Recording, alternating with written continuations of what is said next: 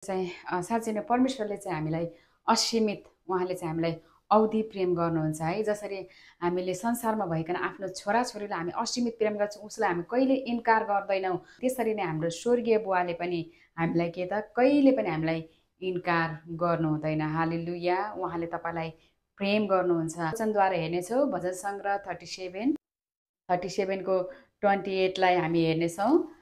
यहाँ यसो भनेर लेखेको छ, किनकि परमप्रभु न्यायीलाई प्रेम गर्नुहुन्छ र आफ्ना विश्वासीहरूलाई उहाँले त्याग्नुहुन्न। आमेन। उहाँले आफ्नो विश्वासीहरूलाई त्याग्नुहुन्न। हालेलुया। कतिपटक हामी चाहिँ आफ्नो कामहरू हेर्नतिर चाहिँ हामी अलरेडी हामीले चाहिँ स्वर्गमा हामीले जे पाउनु पर्ने थियो, हामीले स्वर्गमा चाहिँ के कुरा राखिएको छ, उद्धार मुक्ति होइन, जति पनि प्रभु यीशु ख्रीष्टद्वारा हामी धर्मी भइसक्यो अनि त्यो कुरा हामीले पाइसक्यो। अनि फेरि प्रभुमा आइसकेपछि फेरि त्यो कुरा कमाउने हामी कोसिस गर्दछौँ के, अनि त्यो कुरातिर हामी लागिरहेको हुन्छौँ।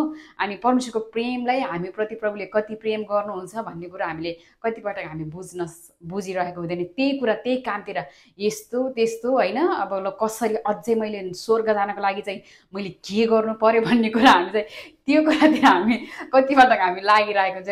न कि त्यो अलरेडी जसरी हामी संसारको हाम्रो बाबा आमाको धन सम्पत्ति घर जति पनि हुन्छ त्यो अलरेडी त्यो आफ्नो छोराछोरीको हुन्छ होइन र। त्यो के मेरो त्यो कमाउनको निम्ति के मैले मेरो बुवासँग मैले भिख माग्नु पर्दैन, मैले के गर्नु पर्दैन, त्यो मेरो बाबाको जे पनि छ त्यो सबै मेरो हुँदछ। हालेलुया। त्यसरी स्वर्गमा मेरो पिताको जसरी हामी अब यूहन्ना 1:12 अनुसार जतिजनाले उहाँलाई ग्रहण गरेर उहाँको नाउँमाथि विश्वास गरे उहाँले तिनीहरूलाई परमेश्वरको सन्तान हुने अधिकार दिनुभयो भनेर त्यहाँ वचनमा लेखेको छ।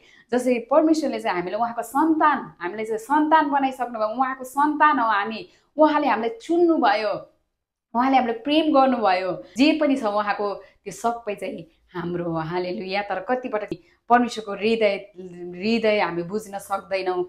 प्रभु कस्तो हुनुहुन्छ, कतिको प्रेमिलो हुनुहुन्छ, मेरो निम्ति कुन योजना छ भन्ने कुराहरू हामी मिस गरी पठाउँदछौँ। त्यो कारणले गर्दाखेरि त्यही भएर परमेश्वरले चाहिँ तपाईँलाई औधी प्रेम गर्नुहुन्छ।